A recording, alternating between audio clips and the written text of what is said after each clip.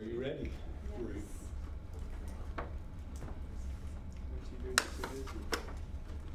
We welcome you to our joint meeting with the Provo Housing Authority. Thank you so much for being here. We appreciate this. We will call the meeting to order and begin with the roll call. Dave Connect. Jim Santiago. George Handley. Doug Gale. Elizabeth Vanderwerken. Gary Winterton. Kelsey Zarbach. Robert Vernon. Greg Carlisle. George Stewart. John Count. And Dave Harding, just here. David Harding. And Dave Sewell. And Dave Sewell. Thank you, Dave. Appreciate you being here. We'll begin with an opening prayer. George, could we have you do that for us now that you got your mouth full? Yeah. I think my mom told me not to do that when I was growing up.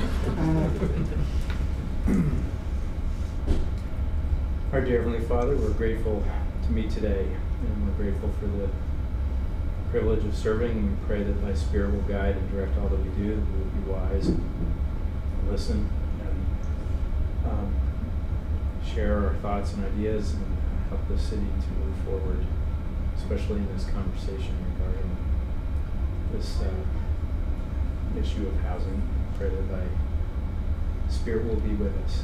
We pray for this blessing upon us and upon all the city in the name of Jesus Christ. Amen. Thank you, George. We will begin with a request by Dave Connect. And you want to start that and begin with that discussion? Okay. So, part of the picture, there's lots of things you can do to try to address the affordable housing problem. And one of them is to create a land trust. And one of the local examples is in Park City, where they have a land trust, and their goal is to provide workforce housing for those, could be firemen, policemen, school teachers, just anyone who makes an average living that can't afford to live in Park City. And the land trust is also tied with inclusionary zoning.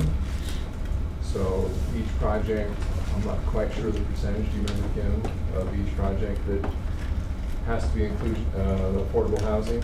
It just depends on what you decide it's going to be, but In around Park 20. City? In Park City, I think it was, I want to say 20%. Could be as high 15 as or, I can't remember. 15 or 20. But I think it's whatever you. I think it's 15. Is it 15? I think so. Right. So you can pick 10%. You try to make it so that it works. And When you say 10%, 10% of what? The land? of the project, The value of the project. The number of units. the number of units built would have to be affordable. And I don't know that they offer incentives, the density bonuses up there. And the outcome typically is that developers in that market are not used to or want to deal with affordable housing, so they either pay a fee in lieu of or donate the property to the land trust, who then fulfills the requirement by building either rental units or owner-occupied units, and they continue to own the property, which then assures that the property will be affordable going forward, and that's a key element. And also the owner-occupied units will stay owner-occupied because the land, that's one of the requirements if you're going to lease that land for 99 years from the trust. So we have an interest from several parties, from Provo Housing, possibly from NeighborWorks, to do a land trust in Provo. And we have Bill Pepperoni exploring the best possible way to do inclusionary zoning. And the advantage of marrying those two concepts together is that you then have a source, a funding source, where you would get property or money donated to the land trust, and the land trust could grow in size. It has to be typically 50 properties or more before it can be self-sustaining. So that's the basics, and we can turn it over to Robert. You could tell us what you have in mind. Hey, Okay. can I say something? Yeah. David, Yes. One thing I talked to Robert about, I think we're all familiar with Facebook coming to, I think, Eagle Mountain. And part of that, all that taxing and how it works is, one of it is a contribution for affordable housing. By the company. By the company, $13 million. And I just talked to Robert about, we should work to see if that's something we could secure to do a land trust. Like a large employer that's coming. Anyway, that's another addition that we could help. Right, so they were contributing towards affordable workforce housing. Correct. But they only have 40 employees, I think. But anyway, it's just, they're going to use that for something. Yeah. And if we could get somehow connected with that, that could be helpful. I have a meeting with them next week. You do? Okay. So is that money available outside of that community, or? You're gonna make an argument. I'll make an argument, but, you know, I mean, I don't know what their view of it is yet until I meet with them and talk about it, but, you know, definitely the land trust is a, you know, is an area to talk about. Yeah, but we're all Utah County. Yeah. So they are part of Utah County. So, Utah yeah, County Consortium. so that's the difference. When you talk NeighborWorks, They're local. you know, she was looking at Provo and she was looking at owner occupied. And, you know, what I see, you know, coming in from the outside and looking at this, when I come in and look at, you know, an overall solution to the problem, we need thousands of units. You know, 100 units a year isn't going to help us. And what you have with the local players, which include our nonprofit, you know, we're doing, you know, if you average it out, I mean, Cascade Gardens took us 3 years to get a tax credit on, and that was 40 units, 42. And so, you know, we've bought a couple of other properties, and so we've, you know, maybe another 10 units. But if you're looking at the solutions to this being, you know, local housing players, you know, you're going to be way short of the necessary units being developed. Utah County Housing Authority and Provo City Housing Authority, we're not going to build any more public housing. You're not going to get any more vouchers. There is no more federal funding. So all of the increase in affordable housing has to be developed through nonprofits or for-profits. And the problem on the for-profit side is that they want to make a profit. And you can't make a profit easily and do affordable housing. So Cowboy Partners is probably, of the ones that I've met and talked to, probably the best out there. They have 3,200 units total, and about 1,400 of those are affordable. And so, Did they get that financed through tax credits? Is that a lot of that is done through tax credits? A lot of that was through tax credits, but they also have done some innovative financing where they've, which is something I've talked to the board about quite a bit, is that we need to, you know, potentially look at doing 80% market rate and 20% affordable, and the market rate kind of funds the affordable side. That's a lot harder to do if you're a for-profit entity, but as a nonprofit, when you don't have to make a lot of money on every project, that works. And so Cowboy did that on one of their projects where they did market rate. Is it your feeling that a land trust, I mean, what worries me is that when you have mandated 15 or 20% of whatever it is, that then the developer overcharges on the more expensive units. So you end up with a market that keeps splitting apart, even though you're creating more affordable units, you're creating higher. So is the land trust a way to mitigate that a little bit? There's two different things there. The fact that they would do an 80-20 project has nothing to do with inclusionary zoning. They were doing that on their own in inclusionary zoning, if we said 10%, and maybe even gave a bonus in those places where we can give a bonus to offset their loss. Are you saying density bonus? Yes, right. Now, in some places we can't do that because we've already given away the density. It's already pre-zoned. Correct, Bill? Yes, that's correct. But for example, in South State Street, where you're expecting to have higher density, I think you could do it there. Right. So basically, we have to incentivize, but I kind of worry about George. And the other question that I would have, would the developers then say, I can make a bigger profit in other cities? I just don't want to, you know, if I'm really in it for the profit, maybe I'll move somewhere else and do it. If you do the incentive correctly, it may be a wash so that it's not a bigger profit. What's the problem if they go to another city? We need housing. And if they're starting to go to other cities because they can't afford to do it here in Provo and it's too hard to do, then we lose out on the housing that we need in Provo. So one of the main reasons for me wanting to structure this as a Utah County community land trust instead of a Provo land trust is for that very reason. Because I think if we're going to, as a county, develop thousands of units over the next 10 years, everybody needs to come together and we need to find a solution for the whole county. I mean, if every city just does their own thing, then it's not going to get solved. And so what I'm looking for is a big idea, you know, something that everybody can get behind. Every city's going to have a little different agreement with community land trust because everybody's got different needs, different land available, and you know, there's a lot of variables to it. And so there's going to be some variation in how we deal with each city and with the county.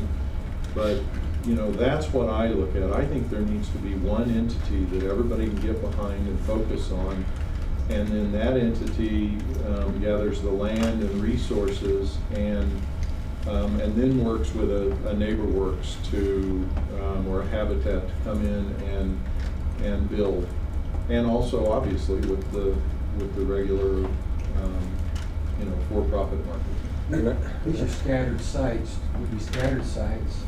So as opposed to all the affordable housing being in Provo, would be spread out, and it allows that development, and it's better socially for people to spread people in various neighborhoods as opposed to, we all know about the boulders. Right? It gets them out and about, and it's better socially, better for the people, better for the cities and all. It also gets, it's a way to get more and more involved, and you get these little turf battles, not so bad. I also like that because we can involve bigger names. We have a lot of people in certain areas. Provo's getting the point that we're not getting the big companies anymore right now. Right. And some of these other companies like the Facebook that is actually, they're willing to donate the 13 million. We don't have a spot on Facebook right now for that. Yeah, we don't have the land. We just don't have land. Yeah. So it needs to be a community effort because you know people want to live closer to where they work, but you know sometimes that is not possible because you're priced out of the market. And so you do have people living in Eagle Mountain because they can afford it, but they're driving you know a significant distance to get to work. And so you know I just think there needs to be a solution for the whole county. If every city just stays in their own silo, then we're not going to solve the problem. We're not even going to make a dent in it.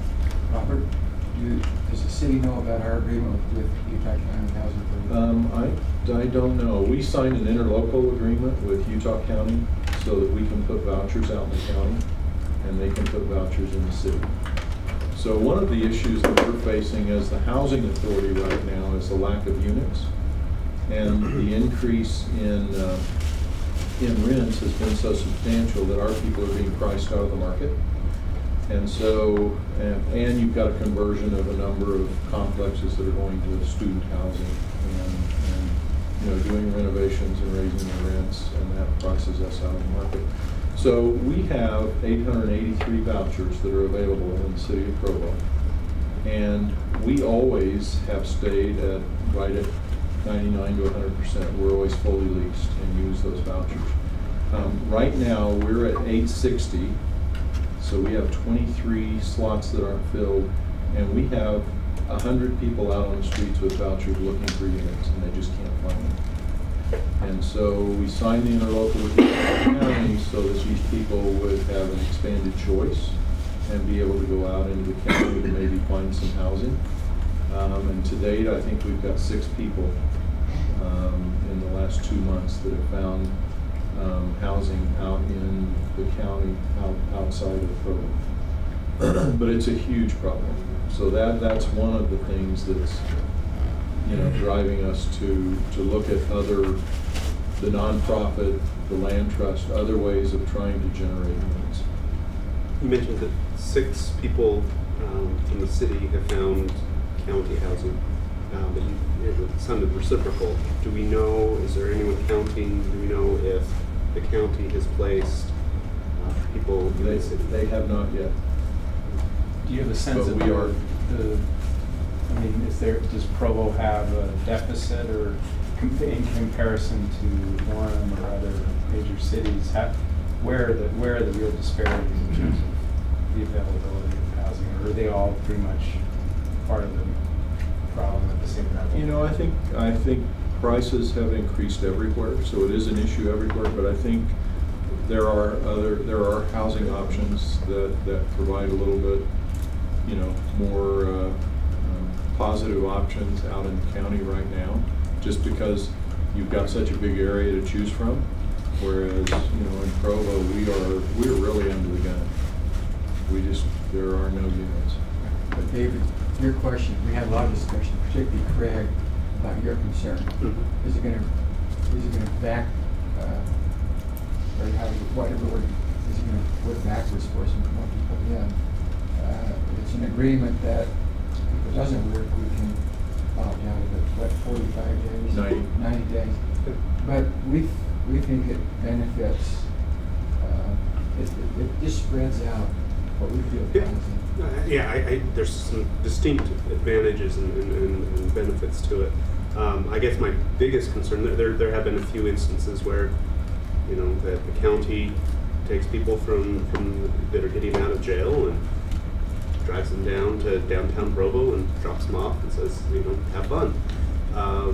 So I could also, you know, concerns that perhaps even if it's, you know, 12 go out and 12 come in, but the ones that they're directing in, you know, might be the ones that are most difficult or something like that. This has the potential to help with that. I understand the issue you're talking about, but this can help providing other options for inmates. And the inmates, it's not like they're all this person that's been in the news who's illegal alien. I mean, these are people that are here anyway. So the mechanisms of that, when somebody is dropped in Provo, they go to Food Care Community Action and state that they are a resident of Provo because they're homeless and that's where they're at. So they are de facto a resident of Provo. So our list, we only take residents, we have a preference for residents of Provo. So those people could come get on our list. Utah County does not have that preference, so anybody can get on their list. Their list is about a 3-year waiting list, and our list is over a year. And so anybody that comes in is not getting housed immediately. And on the good side of that, those people can look out in the county. So we can't stop who comes and gets on our list because we're under HUD's guidelines. But you know, it takes a long time for those people to come up to where housing is available through a voucher. Thank you. So my comment on that is, and I didn't mean to be abrupt on asking. No, I appreciate the question. But because I don't know exactly what income strata we're talking about where we're short on housing. We do know that we're short on housing for affordable housing for lower income. That's the only thing I read. So when you talk about inclusionary zoning, are the developers going to go somewhere else because they can make more money when it's not there? Well, maybe, but that might be that we don't have a shortage for the area that they're trying to make a profit on. I don't know that one. You probably do. What we do have is a shortage of those people, or housing for those people we're trying to include in this inclusionary zoning. And inclusionary zoning can only go so far. I mean, I have some involvement, not financially, as a lawyer with the development in Kauai, and it's the exact same thing you talk about. Their affordable housing is not affordable, and as it goes up, and as the market goes up, the level on the affordable housing and the inclusionary zone goes up, and so they still can't get their service workers on the island of Kauai. And so that's why I don't think, I mean, inclusionary zoning is a good thing, I agree with it, but the only thing that I've seen is this land trust. And I agree with you that it's got to be countywide, just to be, because you got to get, critical mass. And if you do it on a city by city, I don't think you'll be able to get it coordinated well enough to be able to make that thing work. And so somebody really dynamic has to bring in all of the cities in the county. I just wanted to take a half step back and maybe talk, maybe add a little to the introduction, at least the way that I'm looking at it, and make sure we're all on the same page. In Park City, median income is very, very high. A lot of wealthy homes for wealthy people that are there, but the difficulty is because of land prices and all of that. It's difficult for a cross-section of a healthy, functioning community to live there. Your store clerks, your teachers, firemen, as you were saying. And while we're not in the same realm as Park City, it looks like Provo is moving in that direction, where our housing prices are raising to the level that many of, if you take a broad cross-section of society, would not be able to find housing here. And so they're looking to Eagle Mountain, they're looking to other places to live, and then commuting in to be the school teachers, to be our firemen, and all of those things. And on the housing committee, the council's housing committee, we've talked about this, and I think kind of agreed that a goal should be that the people who are part of the Provo community should be able to live in Provo, and we should be able to get a good, balanced cross-section of society to be able to live here. And as some of these market forces come into play, that's why we're looking at things like a land trust, ways to allow that cross-section to live. And it helps people to live closer to where they work, and just helps to have a more healthy and balanced demographic within the city. So I think that to me is why we're looking at these kind of things.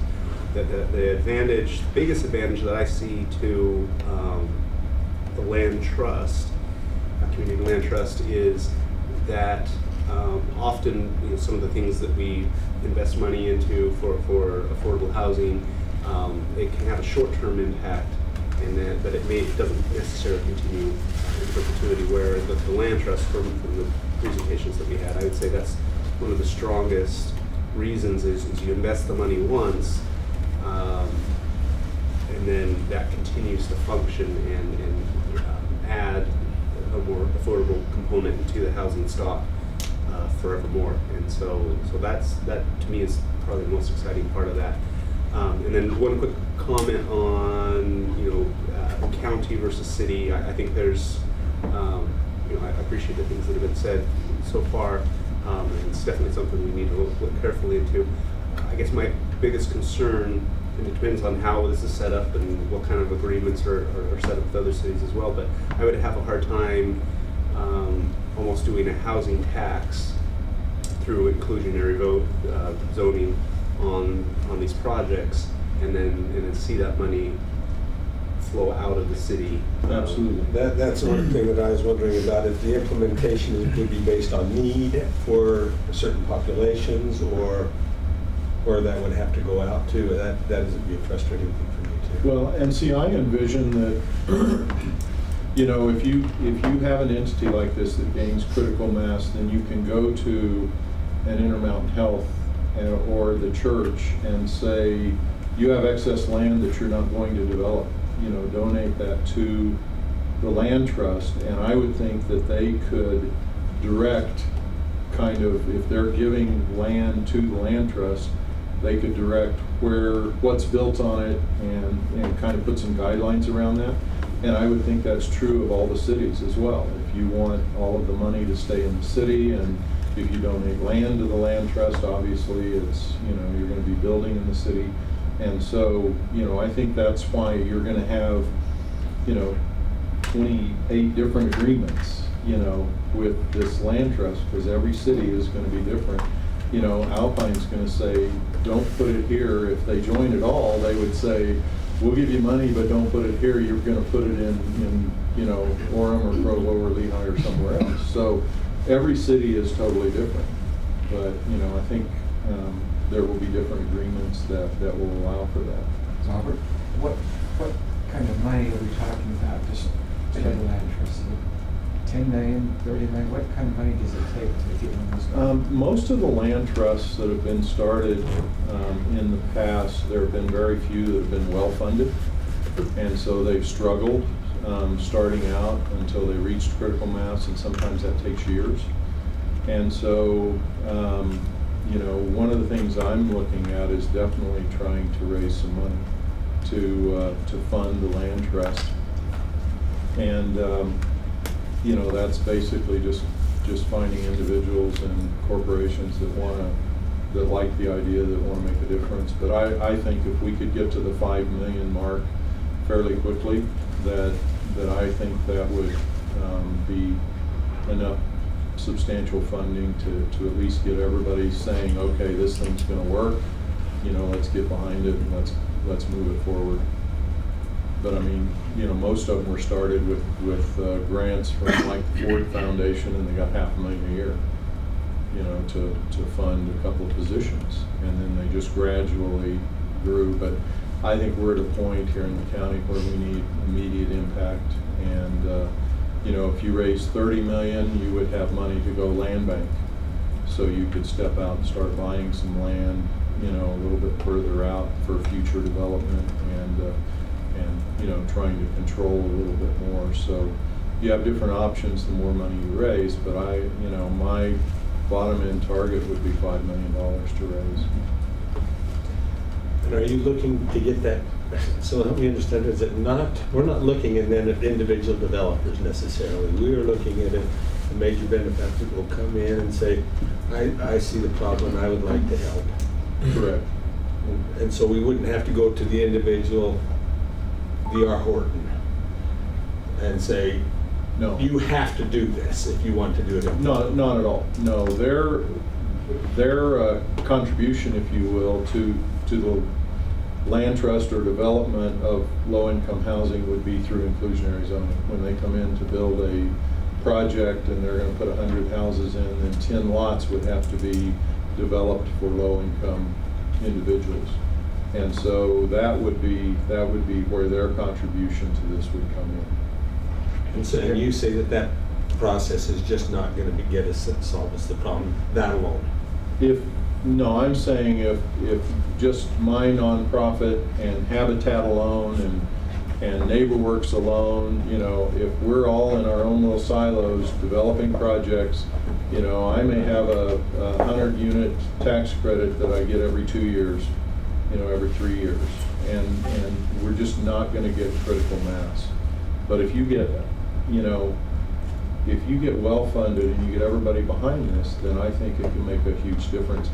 Lehigh is in the middle of discussions on inclusionary zoning, and they came to me and asked how many people would they need to fund their own department, to have a department to manage the inclusionary zoning. And so I went to them and said, you don't. you let a community land trust do that. You take it out of the political realm. I mean, that is the hardest thing is if you have political drivers on that interfere with the operation of a land trust, because it can be changed in a couple of years when a council changes. And so, you know, we want to, I envision this being probably a 14, 15 member board. We would probably have 5 from the housing sector, 5 from different cities and county, and then 5 from maybe a benefactor or 2 and a couple of community, you know, people that are you know, interested in this issue. And so, you know, I just think this, if we can get it funded and get it put together the right way, will allow us to double, triple, quadruple the numbers that we would normally be able to get through our normal processes. Dave, just real quick, what I heard is relying more heavily on institutional donors at the beginning, but then the inclusionary zoning would fund it in the long term. You really need inclusionary zoning. Here's the problem. You have developers that if you give them incentives, they'll look at it and see if it makes sense for them. But what you have to remember, when you do affordable housing, you have multiple funding sources most of the time. You can't just find one funding source to make it happen, and so that complicates it.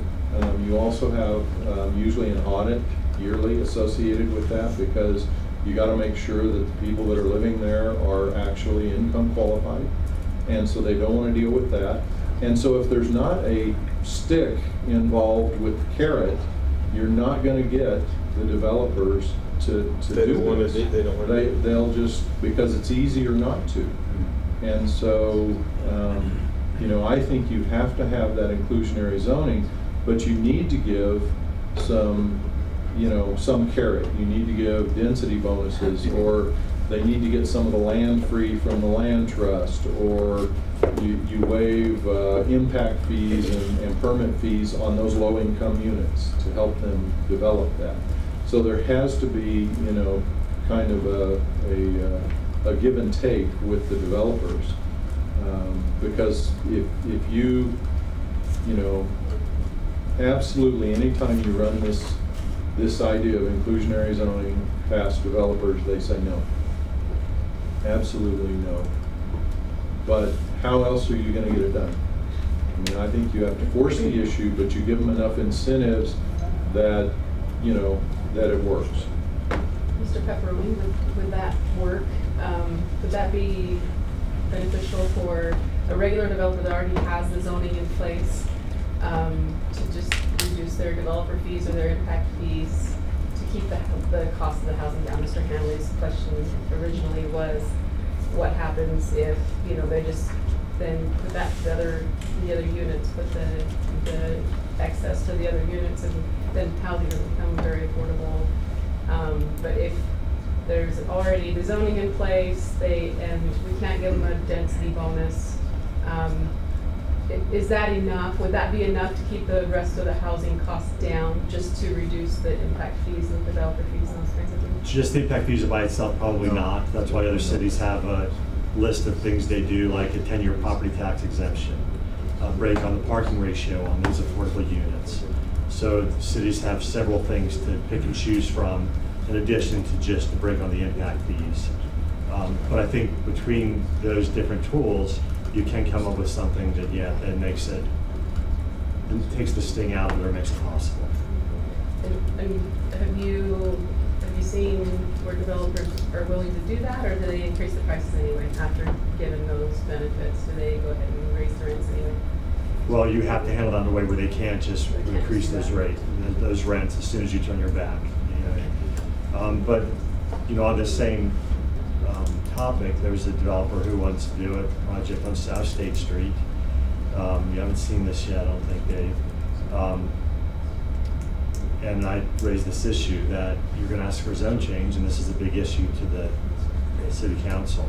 So that developer and his consultant are looking at what would it take for them to do a substantial portion of their units in rent control units, and we're playing with density figures to try to make that happen and just do it on that issue. That's probably, it's not zoned already. It's, y'all teed the ball up for 30 units to the acre. That happened while you were still on the council, Kim. But since the zoning has been put on the ground, we have this ability to negotiate over density and affordable units. So I think he's going to come back with a proposal that is going to meet both of those needs. Some affordable units, but get to the density that he needs to make happen. And how do you deal with neighborhood issues regarding parking? That, to me, they'll come in with higher density, that's just going to be more cars and they're going to complain about it. That is one thing that we discussed very explicitly, that parking is not negotiable, that there are members of the council who that's a very big issue too, and that's an issue that they're just going to have to meet our parking standard. But on South State Street, you can't give a parking break for the affordable units, not on South State Street. It's too far away from mass transit, it's too far away from downtown. They're going to have to meet our parking standards. So the question is, if you do that at the city level, how do you manage that? Who oversees that? Who audits it? Because you've put a that's the next discussion we'll have to have. So what if we can reach some kind of brokers to kind of deal with the next discussion is going to have to be who manages those units? How do we guarantee that they are always rent controlled? Who audits it? Right. So, and that's right. Where it comes back to a land trust. You partner with a land trust who, that's what they do on a regular basis. They're auditing those kind of things to make sure people are complying with the requirements. We've got about 7 or 8 more minutes, supposedly. This is a great discussion, I think. Do we need more time to? I think we do. I'd be interested in saying, how do you go about, what's the next step in getting that community? Well, I think the board, we're moving in that direction as a board.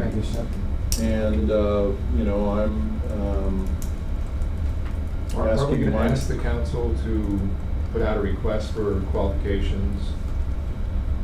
David Walter, we were looking at that.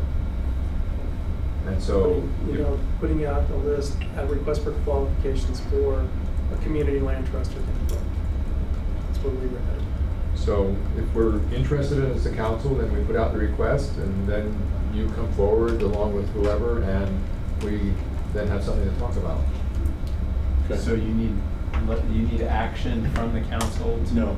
Okay. We're going to go ahead and start with this. There are other cities that are interested, and you know, I don't think it can be controlled by one city. It just can't. So you know, we're moving in that direction, and you know, would hope to come back to every city and be able to, you know, work out some kind of agreement. You know, but again, if you have you know, 10 of the largest cities all put out their qualifications, and you have 10 different land trusts in Utah County, not ever going to work. You know, you need one entity that is working with everybody, and everybody needs to get behind it. That's the only way it's going to work. But if 10 cities put it out and you were the only one applying.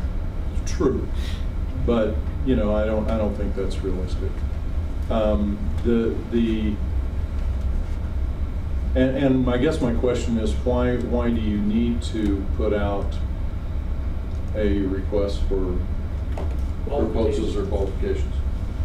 It was an opportunity. So the council has been looking at this issue for a while, and so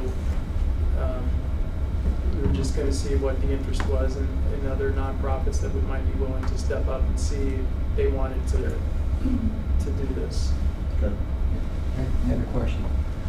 So land trust is a big issue, but you know, we're your housing authority. You've appointed us. So what other questions you have for us? And we're trying to serve the city. We're trying to meet the needs. We know that we provide a substantial amount of housing. We're trying to move it out. But do you hear things, or things you want us to focus on? What does the council? What do you want us to do as your housing authority? We're interested. Thank you. Well, I've got a question that may or may not be something that you do per se, but in our discussions about housing, I feel like we're often flying blind because we don't really know the data very well. You know, we're sort of making guesses, and a lot of it's anecdotal. We know that there's an affordable housing problem. We think there's a missing middle problem. We know the housing prices are going up and so on, but I don't, and then there's this, you know, we know that there are student renters, we know that there are single professional renters, we don't know how many, we don't know if that is changing, we don't know if UVU's changing student population is going to affect Provo. I mean, it just seems to me that there's so many factors, but we don't have reliable data, or maybe we do and I just don't know where it is, but I feel like, you know, maybe we could benefit from a demographic study of Provo that also puts it in the context, of course, of the whole county.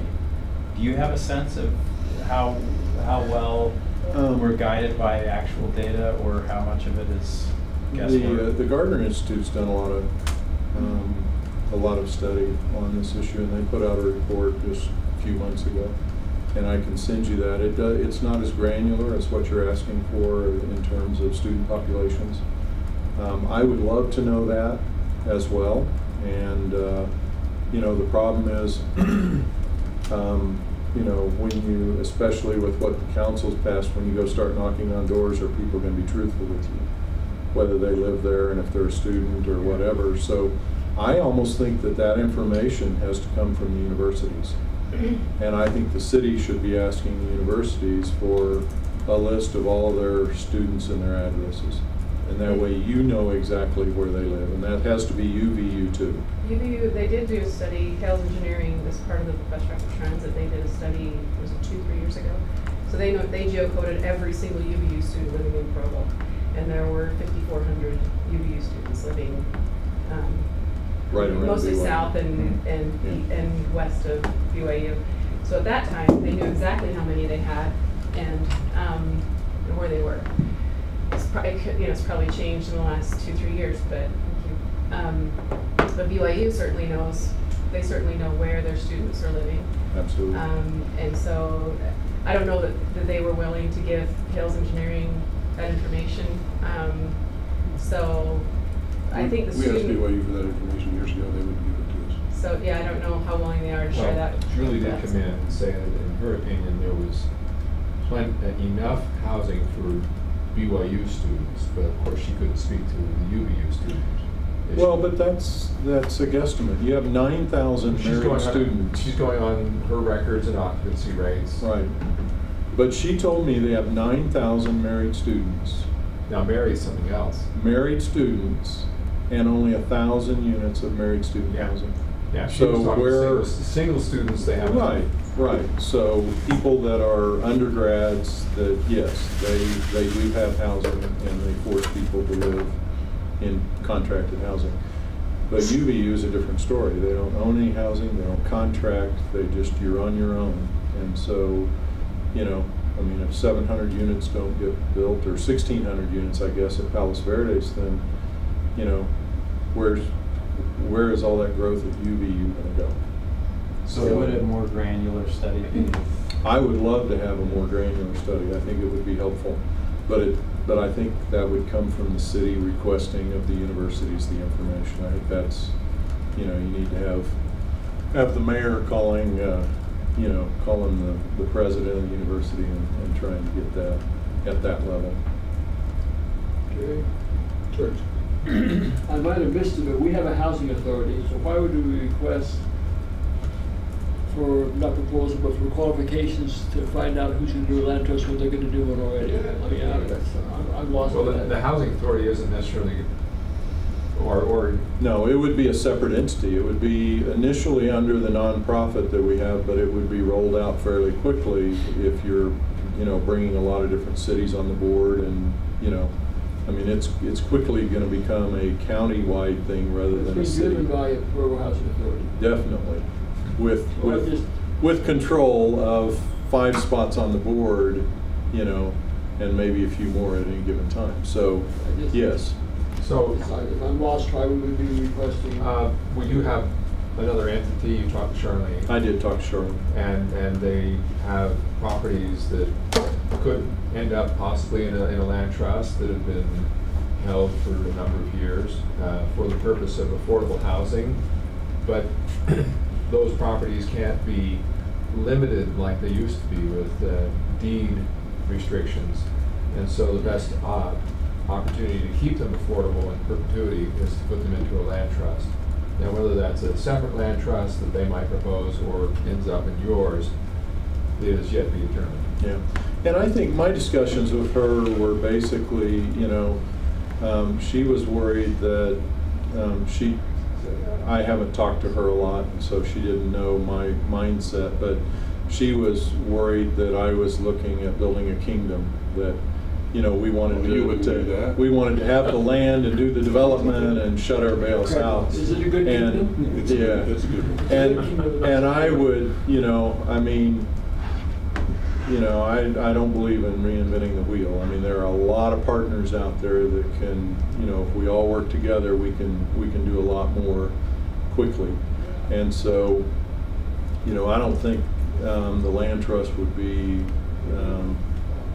at all, you know, shutting other partners out of the process. So, for instance, if, you know, if Community Action is doing a lot of, you know, their home ownership training and their classes, why would somebody else want to start those? You know, why wouldn't you just partner with them to do that type of thing? And so I think, you know, I think she felt better after talking to me, but, you know, I think any land that would come into the land trust would go out to Habitat and to NeighborWorks and, you know, and all work together. I mean, this is a huge problem. There is not one person or entity that can solve this. This has to be all of us working together countywide. And correct me if I'm wrong, David Walter, we've talked a lot about the inclusionary zoning, which is a critical factor, but it's not the only source of funding for a land trust. No. Now, the federal government will not supply money to run the day-to-day operations, but the properties like NeighborWorks has could end up in a land trust. Yes, could end up in a land trust. And so we can invest certain federal monies into a land trust. Yes. And if they were established as a certified housing developer at Chodo, that would be another opportunity. There's funding through that. Right, and then you mentioned the church, who has been a player and could be again. Yeah, and they have land. I mean, they have land they're not going to develop.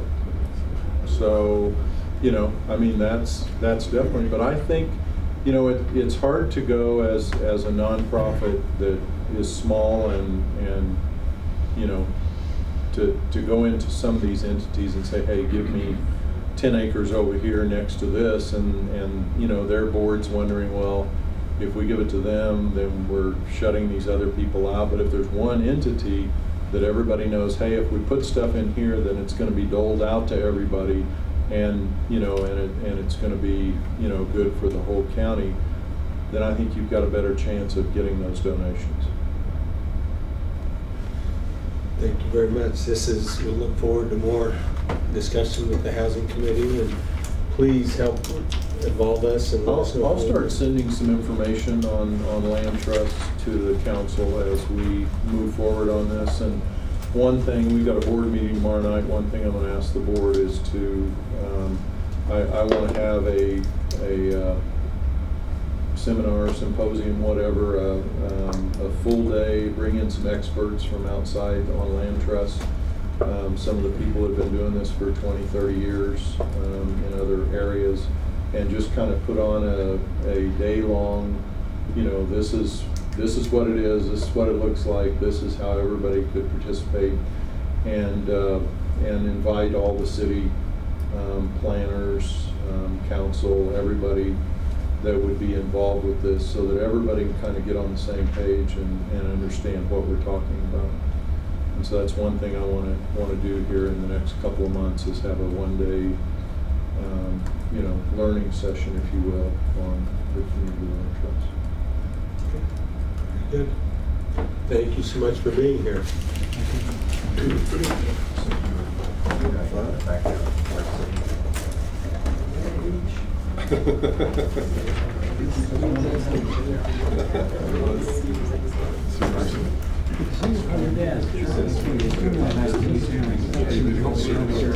Oh, thank you.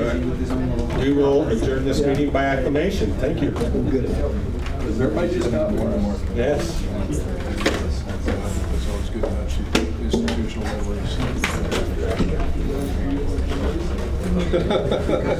It's very much. It's a hard discussion. So where you been a big problem? Keep my head above water. Oh, great, I did that when I was looking outside